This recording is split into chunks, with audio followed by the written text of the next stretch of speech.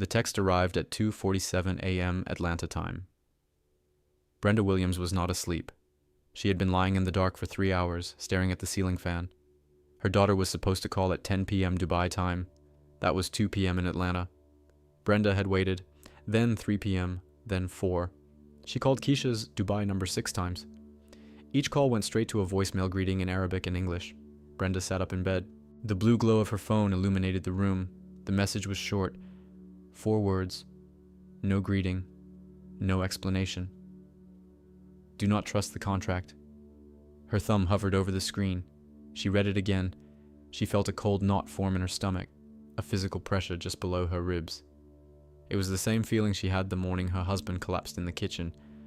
That sudden, sick certainty that something vital had shifted off its axis. She called Keisha's number again. Once, twice, 3 times. The voicemail beeped. She left a message, her voice cracking. Baby, it's Mama. What contract? What happened? Call me. Please call me. I don't care what time it is. Call me. She texted back. Keisha, are you okay? Call me now. 3 minutes passed. 5, 10. Brenda opened her contacts and called the number the recruitment agency had provided for emergencies. It rang 4 times. A man answered. His voice was professional, clipped, and clearly annoyed. Golden Sands International, this is the after-hours line. Who is this? My name is Brenda Williams. My daughter Keisha started working for a family in Dubai 2 days ago. I just received a strange text from her. She said something about a contract. I need to speak to her immediately. The man sighed. Brenda could hear it clearly through the speaker.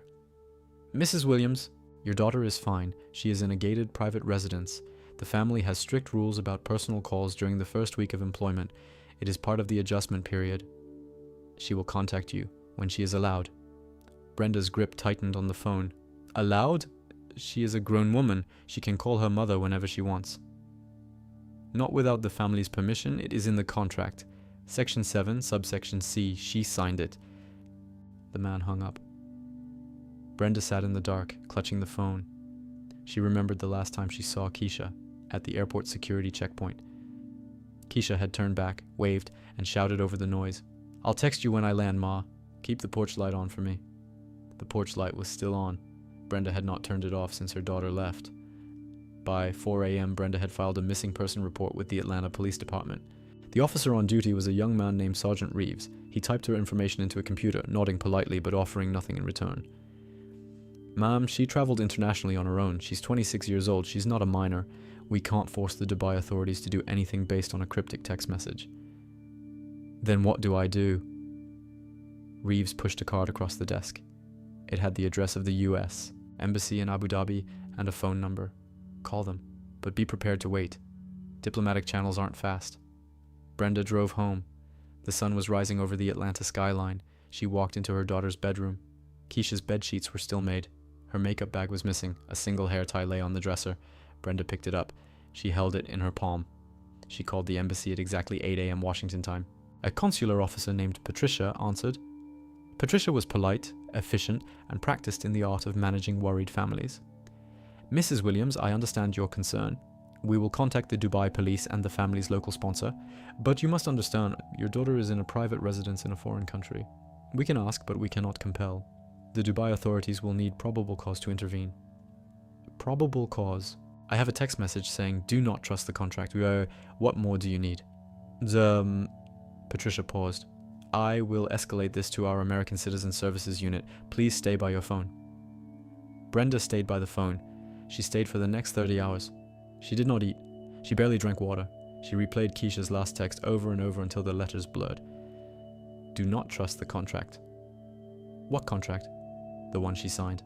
The one Brenda had glanced at but not read carefully? That piece of paper now felt like a locked door. And Keisha was on the other side. Welcome back to Archive 26. If you're new here, consider subscribing. We tell stories of international scandals, betrayals, and the search for truth. You won't want to miss what comes next. 8 months earlier, Keisha Williams was just another working woman in Atlanta. She lived in a modest apartment in College Park, a 15-minute drive from the airport. The walls were thin. The neighbors argued at midnight. But the rent was low enough to send a little money to her mother every month. Brenda had worked double shifts at Grady Memorial Hospital for 30 years. She was a certified nursing assistant. Her feet ached at the end of every shift. Her back had gone out twice. She never complained. She just kept working. Keisha had grown up watching her mother sacrifice everything. When Keisha was 18, her father suffered a fatal heart attack at a Greyhound bus depot. He was 53. Brenda paid for the funeral with her savings. She never remarried. She never took a vacation. She kept working. Keisha wanted to break that cycle. She wanted to buy a house, a small one, nothing fancy, with a porch and a backyard where Brenda could sit in the sun. She had a Zillow listing saved on her phone. It was a 3-bedroom ranch in East Point. The price was $210, $0. She checked it once a week, watching it drop to $205, $0. She was close. She needed one more year of savings, but her nanny job in Atlanta paid only $3,800 a month. She cared for 3 children under 6. The parents were wealthy and demanding. They paid her on time, but expected her to be available at all hours. She was exhausted. She was behind on her credit card payments.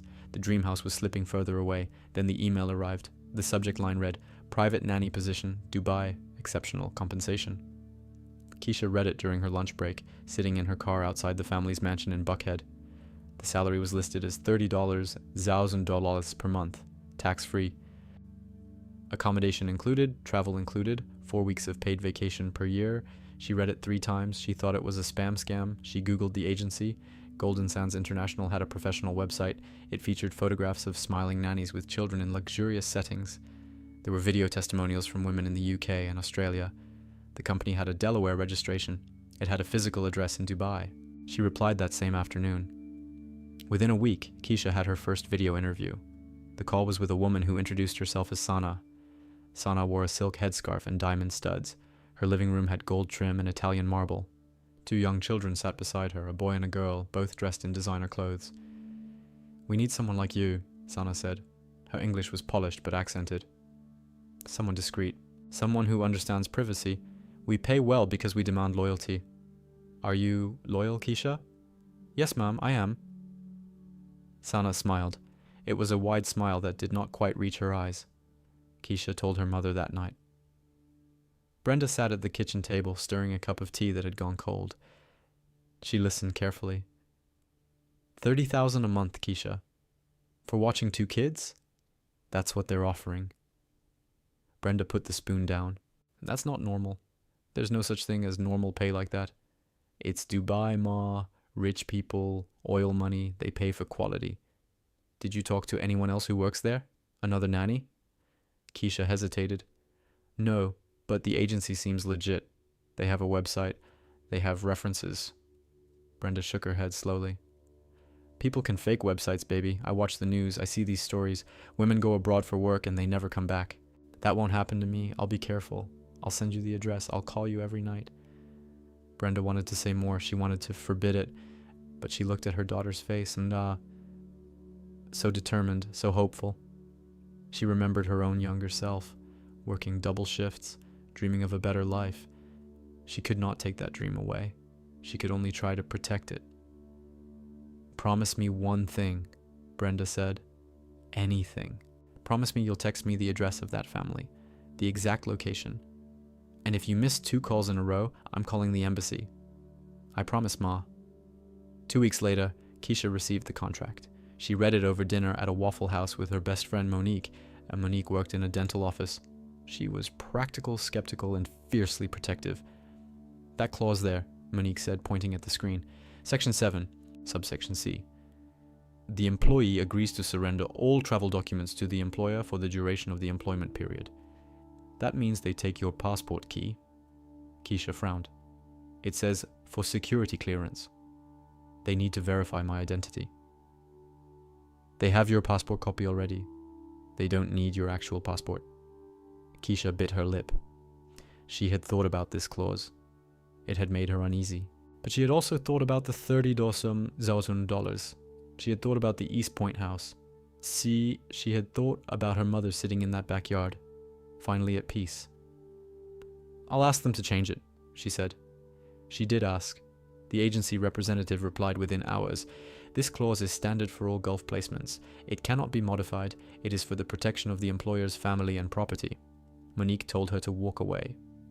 "Key, listen to me. You're not stupid. You know this is wrong." Keisha stared at the contract. She thought about her credit card debt. She thought about the broken water heater in her mother's apartment. She thought about the calluses on her mother's feet. "I have to do this," she said. "1 year, 2 at most. Then we buy the house. Then we're free." She signed the contract. She scanned it and emailed it back. She booked a one-way ticket to Dubai. On the morning of her departure, Brenda drove her to Hartsfield Jackson. They sat in the parking lot for an extra 15 minutes, neither wanting to say goodbye. Keisha had printed out the compound's address and handed it to her mother. The address was vague. A street name in a district called Al-Waha, no building number. "That's all they gave me," Keisha said. "But it's a private property. Everyone knows it." Brenda folded the paper and put it in her purse. She watched her daughter disappear through the security checkpoint. Keisha turned back once, waving. "Keep the porch light on for me, Ma." Brenda waved back. She waited until Keisha was completely out of sight. Then she sat on a bench and cried. The flight landed at 4:03 a.m. Dubai time. Keisha stepped into the jet bridge and felt the heat roll over her like a furnace blast. It was October, but the temperature was still 95 degrees. The air was dry, heavy, and thick with dust. She followed the crowd through Terminal 3. The airport was a cathedral of marble and steel, vast, gleaming, and disorienting. Signs in Arabic and English directed passengers toward baggage claim. Keisha had studied some Arabic phrases on YouTube. She managed to say thank you to a customs officer. He did not acknowledge it. A driver waited outside with a sign that read, "Keisha Williams." He was a lean South Asian man in a white uniform. His name was Ali, she learned later. He took her 3 suitcases without a word. He opened the door of a black Mercedes SUV and gestured for her to get in. The drive was supposed to be 30 minutes. It took 75. Ali drove past the Burj Khalifa, past the towering hotels, past the artificial islands. Keisha pressed her face to the window, trying to absorb it all. She had never been outside the United States. Everything looked like a postcard. Then the city faded. The skyscrapers gave way to low-rise buildings. The low-rise buildings gave way to empty desert. The road narrowed. Streetlights disappeared. Keisha's heart started to pound. She reached for her phone. She had purchased an international SIM card at the airport. She had 4G signal. She sent a quick text to her mother. "Just landed, heading to the house. Call you soon." She hit send, but the signal dropped as the car entered a gated community. The gates were massive, wrought iron, controlled by armed security guards. One of them peered into the car, nodded at Ali, and waved them through. Their property appeared suddenly. It was not a villa. It was a compound. The walls were 10 feet high, topped with barbed wire and security cameras. The main building was 3 stories of white stone, with arched windows and a domed entrance. Separate quarters stood to the side. Staff quarters were visible at the back. Ali stopped the car. He opened Keisha's door. She stepped out and felt the heat rising from the gravel. A woman was waiting for her. She was tall, blonde, and wore a severe black pantsuit. Her name was Marlene. She was German. "Welcome," Marlene said. She did not offer a handshake. "You must be tired. I will show you to your room. The children are sleeping. You will meet them at breakfast." Keisha followed Marlene through the front door. The interior was just as grand as the exterior. High ceilings, marble floors, crystal chandeliers. But something felt off. The house was quiet. Too quiet. No background music. No television. No footsteps. Just the hum of an air conditioning system. Marlene led her to a small room on the ground floor. A single bed, a desk, a wardrobe, a shared bathroom down the hall. No window facing the main house. No television. No telephone. "Your room," Marlene said. Keisha looked around. "I thought I would have a private room with an ensuite bathroom. That's what the contract said." "The contract states private accommodation." "This is private. You have this room to yourself." Keisha opened her mouth to argue. Then she saw Marlene's face. Cold, flat, unblinking. "Where are the children's rooms?" Keisha asked instead. "They are on the 2nd floor. You will see them in the morning." "Can I see them now? Just to know where they are?" Marlene shook her head. "No, they are sleeping. You will not disturb them." After Marlene left, Keisha sat on the edge of the bed. She tried to call her mother. The Wi-Fi network on her phone said, "No internet access." She had no cellular signal either. She stepped into the hallway and approached a young Filipino woman who was mopping the floor. "Excuse me," Keisha said. Do you know the Wi-Fi password? The woman looked up. Her name was Rosa. She was small, exhausted, and looked like she had not slept in days. She glanced around before speaking. Staff are not allowed on the main network, Rosa whispered. They give us a separate line for phone calls only. Once a day. You have to ask Marlene. Where are the children? Rosa's eyes darted toward the east wing. They sleep in the east wing. With the family. Is that where the family lives? Rosa did not answer. She just shook her head and walked away, pushing her mop. Keisha went to bed at 8 p.m. local time. She could not sleep. The silence was unnatural. No traffic, no neighbors, no voices. At 2 a.m. she heard a sound from the corridor. It was soft, rhythmic, and repetitive. It sounded like someone was crying. She cracked her door open. The corridor was empty, but the crying continued. It came from the east wing. The next morning, she met the children. They were 4 and 6, a boy named Karim and a girl named Layla. They were polite but distant. They did not call her Nanny. They called her the new one. Keisha tried to engage them. She asked about their favorite toys, their school, their friends. Karim stared at the floor. Layla played with her hair. Where are your parents? Keisha asked. The children exchanged a glance. Layla spoke first. Our mother is not here. Where is she? She's not here. That afternoon, Keisha was told the rules. No photography, no visitors. No leaving the compound without Marlene's authorization. No entering the east wing. The east wing was strictly off limits. The steel door had a digital keypad. It was always locked. On her third night, Keisha was putting Layla to bed. The girl was restless. She kept staring at the wall that divided her bedroom from the eastern section of the house. What's wrong, sweetheart? Keisha asked. Layla whispered, The lady in the locked room is crying again. Keisha's blood went cold. What lady? Layla covered her mouth. I'm not supposed to talk about her. Did you hear her? Did you see her? No. Just the crying. She cries at night. Sometimes she bangs on the door. Keisha tucked Layla in and walked to the east wing. The steel door was reinforced. A tray of food sat on a small table outside. The tray was half-eaten. Someone was eating inside. She pressed her ear against the cold metal. She heard a muffled sound. It might have been a voice. It might have been a sob. She stepped back quickly. Marlene was standing at the end of the corridor. I thought I gave you instructions, Marlene said. Her voice was flat. I was just checking if the children had everything they needed. Marlene walked toward Keisha. She was taller than Keisha remembered. She stood uncomfortably close. The east wing is the family's private quarters. You are not to go near it. Do you understand? Yes. Say it. I understand. That night, Keisha found Rosa in the staff kitchen. Rosa was eating a small portion of rice. She barely looked up when Keisha entered. Rosa, I need your help. I need to send a message to my mother. Please, I'll do anything. Rosa studied her face. She saw the fear in Keisha's eyes. She saw it because she had seen it in her own eyes 6 months ago. Use my phone, Rosa whispered. I have a second SIM card. I hide it. Rosa handed Keisha a cheap plastic phone. Keisha typed quickly. Her hands were shaking. Mom, something is wrong. This isn't what they showed me. Locked rooms, strange rules. I'm scared. She pressed send. Then she added a second message. Do not trust the contract. She gave the phone back. Rosa promised to take it to her room and hide it. She promised to charge it overnight. But the next morning, Rosa was summoned to Marlene's office. When she came out, her face was grey. She avoided Keisha's gaze. Rosa had been caught. The phone was confiscated. Rosa was fired and escorted off the property. Keisha was called to Marlene's office next. You violated the confidentiality clause, Marlene said. You used an unauthorized device to contact external parties.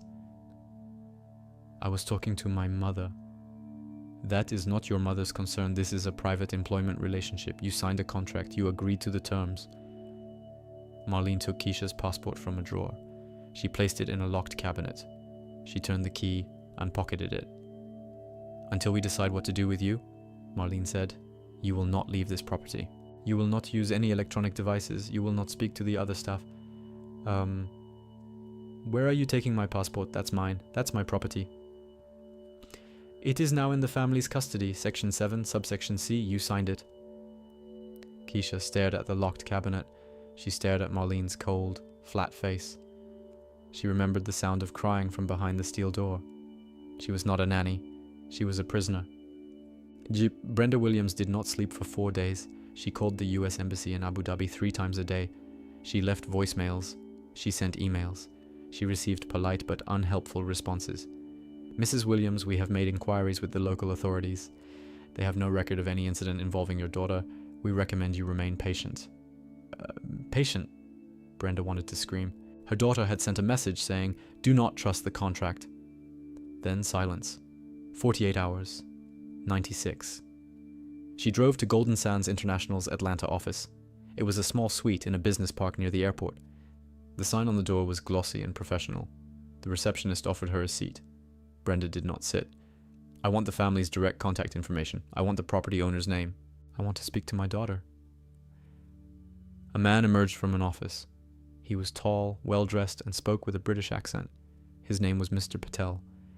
Mrs. Williams, I understand your concern, but as I explained on the phone, your daughter's contract specifies a period of adjustment. The family is very private. They will contact you when it is appropriate. Brenda leaned forward. Appropriate? My daughter is not answering her phone. She sent me a strange message. And you're telling me to wait? Mr. Patel's eyes flickered.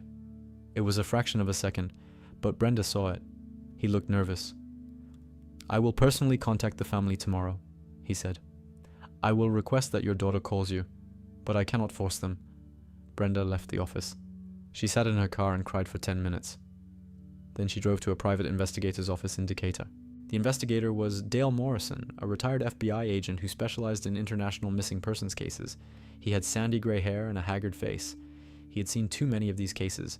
Most did not end well. Start from the beginning, he said. Brenda told him everything: the email, the video calls, the contract, the text message, the agency's defensiveness, the compound address. Dale took notes. He did not interrupt. When she finished, he leaned back in his chair. $30,000 a month for a nanny. That's not a salary, Mrs. Williams. That's a price tag. What do you mean? Dale opened a file.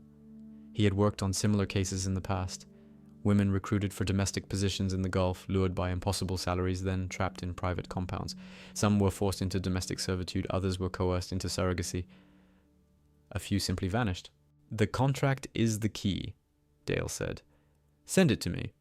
I'll have a forensic accountant look at it. I'll also pull the corporate records for Golden Sands International. Brenda sent the contract that night. Dale's accountant found the red flags within hours. The contract was written in legal English, but the clauses were subtly predatory. The passport clause, the communication clause, the clause requiring the employee to sign a non-disclosure agreement that never expired. More importantly, the agency's Delaware registration had changed hands 3 times in 2 years. Each transfer went to a shell company. The shell companies were registered in offshore jurisdictions: the Cayman Islands, the British Virgin Islands, and Panama. The ultimate beneficial owner was buried under layers of paper. Dale contacted an old source at the FBI's Human Trafficking Task Force. The source agreed to run the agency through their database. The results were chilling. Golden Sands International had placed 43 women in Gulf countries over the previous 18 months. 30 of those women had not returned to their home countries. Most had stopped communicating with their families within weeks of arrival. Dale also interviewed a former employee of the agency. The woman who requested anonymity had worked as a recruiter for 3 months. She quit after discovering how the placements worked. We got paid per head, she told Dale.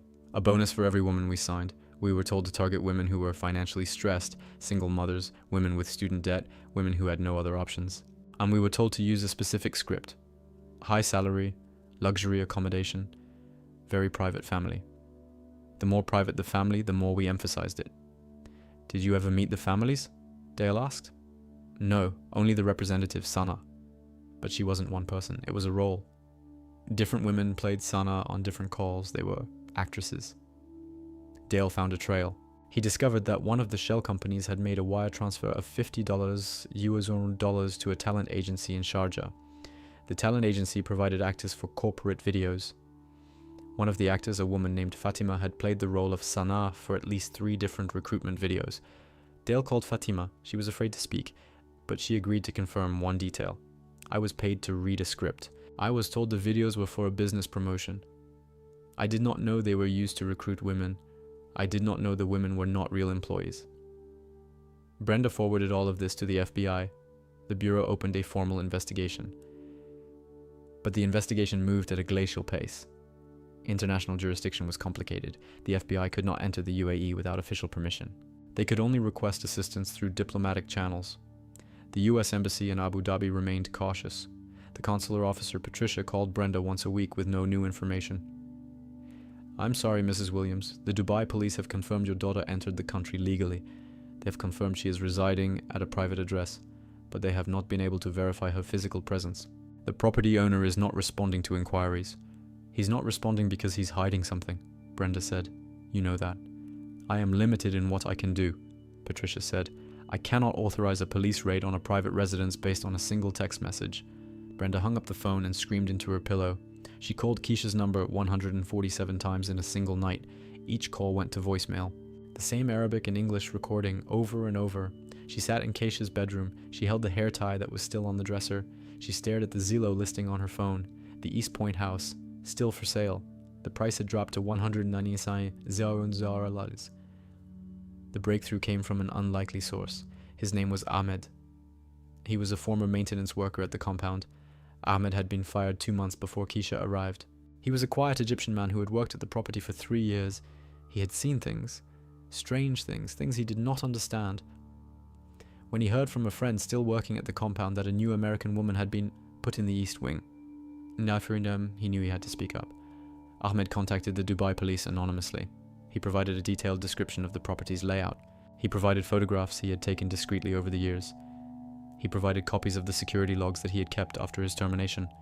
The logs were devastating. They showed a pattern. Over the previous 12 months, 3 different women had been held in the East Wing. Each stayed between 2 and 6 weeks. Each was recorded as temporary staff in the logs, but Ahmed knew what temporary staff meant. It meant they were waiting for transfer. Ahmed also provided a crucial piece of information: the real owner's name. The property was not owned by the family Keisha had met on the video calls. Those people were not the owners. They were managers, employees themselves. The real owner was a man named Khalid Al Maktoum. He was a businessman with a clean public profile. He owned a logistics company and a chain of small hotels in Ras Al Khaimah. But his private operations were more elaborate. He had created a network of recruitment fronts. Golden Sands International was just one of them. He also operated agencies under the names Gulf Nanny Services and Desert Care Solutions. Ahmed's evidence was enough. Dubai police obtained a search warrant for the Al Waha compound. The raid happened at dawn. 10 officers in tactical gear approached the property. They breached the main gate with a battering ram. They secured the security room. They found Marlene in her quarters, still in her nightgown. She screamed, she protested, she was handcuffed. One officer found the locked cabinet in Marlene's office. It contained 6 passports. 5 were foreign, 1 was American. The American passport belonged to Keisha Williams. Another officer used the digital keypad to open the East Wing. The door slid open. The corridor was dark. A single light bulb flickered at the end. The officers heard a sound. A voice. Weak, trembling, barely audible. "Help! Please!" Captain Rashid, the lead officer, followed the voice. He entered a small bedroom with reinforced windows. A woman was sitting on the floor, her wrists bound with zip ties. She was dehydrated. Her lips were cracked. She had a bruise on her left cheek and cuts on her forearms. "Keisha Williams?" Captain Rashid asked.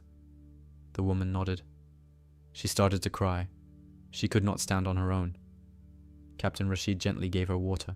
He called for paramedics. He asked Keisha if she knew where she was. "I'm in the East Wing," she whispered. "They kept me here. They took my phone. They took my passport. They said they were going to move me." "Move you where?" "I don't know. They had paperwork, files, photos of other women." Captain Rashid searched the office in the East Wing. He found the files. They contained photographs of 14 women. Each photograph had a name, a nationality, and a coded reference. The codes were financial notations, debts, payments, values. Keisha's photograph was at the top of the pile.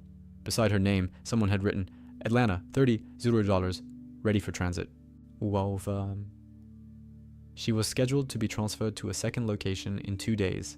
The destination was not listed in the files, but Ahmed later confirmed he had overheard conversations about the big house in Fujairah. Captain Rashid also discovered something else. The family described in Keisha's contract did not exist. Sana was not the mother. The children were not the children. They were actors hired from a talent agency in Sharjah.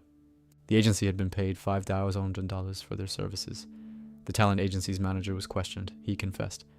We were told it was for a reality TV show, a documentary about wealthy Emirati families. The script was written. We had no idea it was for illegal recruitment. The Dubai police expanded the investigation. They raided the recruitment agency's offices in Dubai and Sharjah.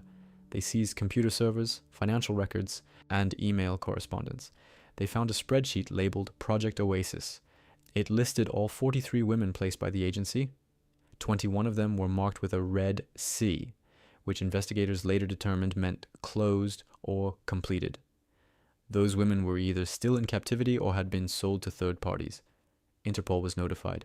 A red notice was issued for Khalid Al-Maktoum. He had fled the country hours before the raid. His private jet had departed Dubai International for an undisclosed destination. He left behind his wife, his children, and $12 million in frozen accounts. But he left behind something else. The files in the East Wing contained the names and contact information of the other women. The investigation was just beginning. The call came at 10 a.m. Atlanta time. Brenda was at work. She had taken a temporary position at a nursing home to keep her mind occupied. She was changing a patient's sheets when her phone buzzed. The caller ID read, U.S. Embassy Abu Dhabi. She dropped the sheets. She answered with a trembling hand.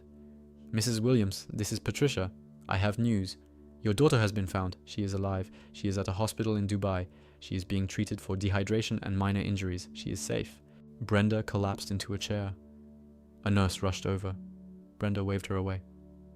Can I talk to her? Please, let me talk to her.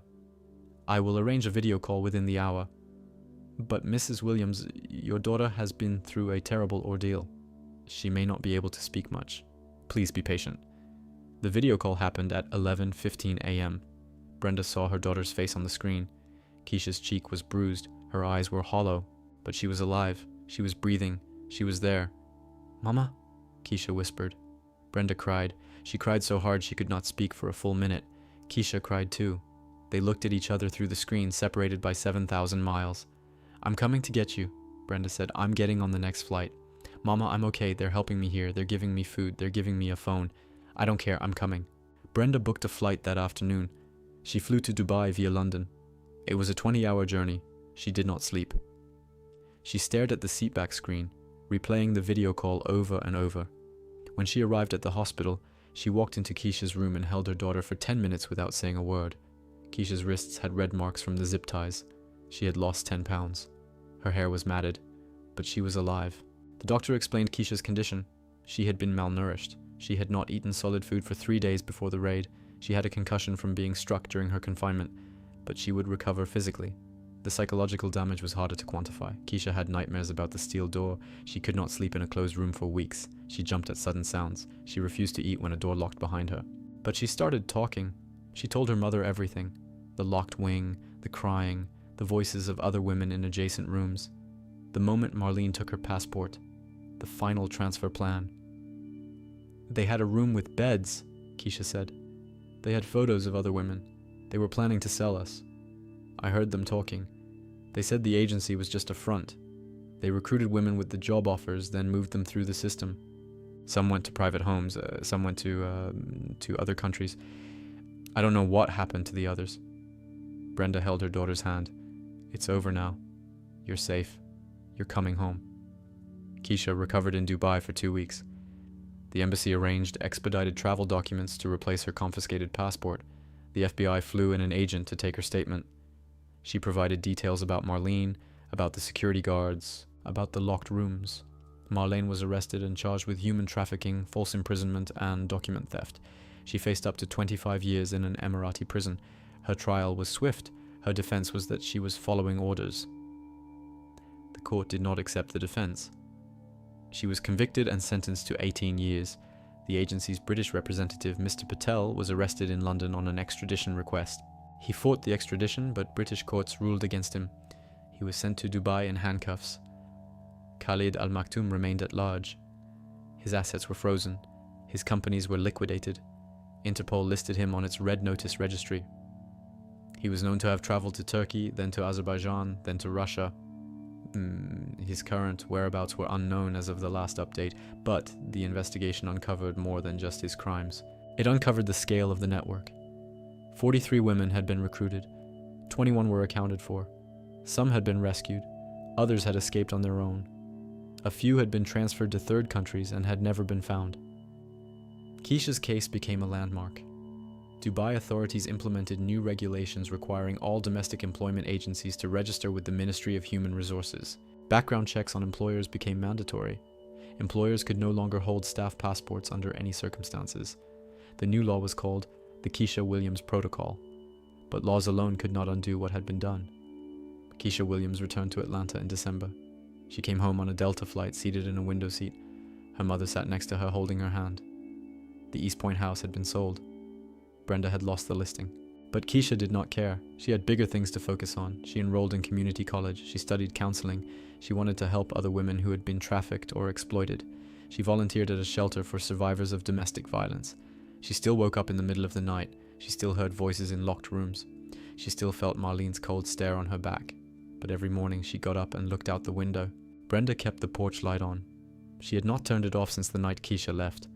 Now she left it on as a signal. Her daughter was home. Her daughter was safe. Her daughter was alive. The old Zillow listing was still in Brenda's favorites. She opened it one night. The house had sold for $210,000. She closed the tab and smiled. "We'll find another one," she said to herself. "We'll find a better one." Keisha overheard her. She walked into the kitchen and hugged her mother from behind. "We don't need a house, Ma," she said. "We just need each other." Brenda turned around. She looked at her daughter's face. She saw the scars. Not the physical ones, but the deeper ones. She also saw something else. Resilience, strength, a will to go on. "You're right," Brenda said. "That's all we need." Keisha started her counseling program the following September. She graduated 2 years later. She now works with the International Rescue Committee, helping survivors of labor trafficking navigate the legal system. She still has the text message saved on her phone, the one she sent from Rosa's hidden phone. "Do not trust the contract." She does not know why she wrote it that way. She could have said "help me" or "call the police," but she chose those 4 words. Those 4 words saved her life. She once asked her mother, "How did you know something was wrong? How did you not give up?" Brenda looked at her daughter. She remembered the sleepless nights, the voicemails, the missing person report, the flight to Dubai, the hospital room. "I knew because you texted me," she said, "and because I promised you I would keep the porch light on." Keisha smiled. She looked toward the front door. The porch light was still on. It would never go off again. Archive 26 stories are works of fiction based on true crime themes. Any resemblance to real persons, living or dead, is coincidental. These narratives are created for dramatic entertainment. Dai and